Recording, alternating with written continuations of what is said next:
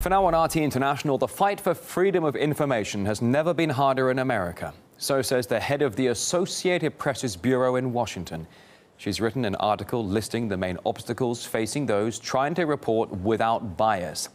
She says no one is allowed to film bombers, for example, that are leaving to make airstrikes. Also written that political decisions are made behind closed doors.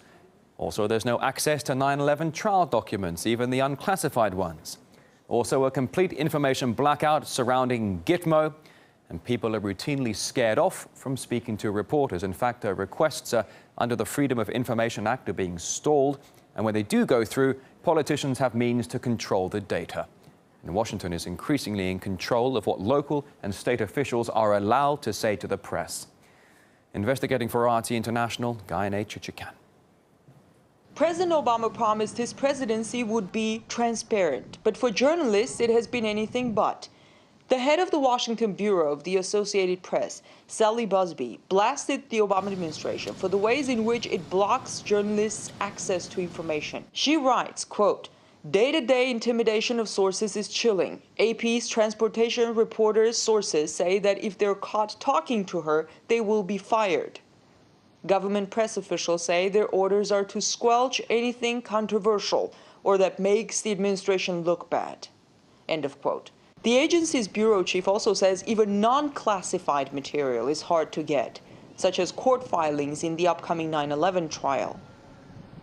Echoing the sentiments of many, the New York Times chief Washington correspondent David Sanger called the Obama administration the most closed and control-freak government that he has ever covered. We can't get the story unless people who know the story can talk to us without fear of retaliation.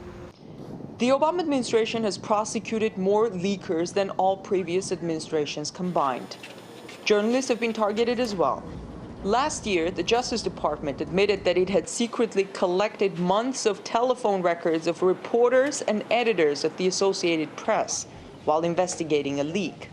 There's no doubt when the Associated Press, which is one of the most established mainstream news outlets, is complaining about harassment by government and by the White House, and the journalists can't do their job, it really says something, because Associated Press usually has a lot of access.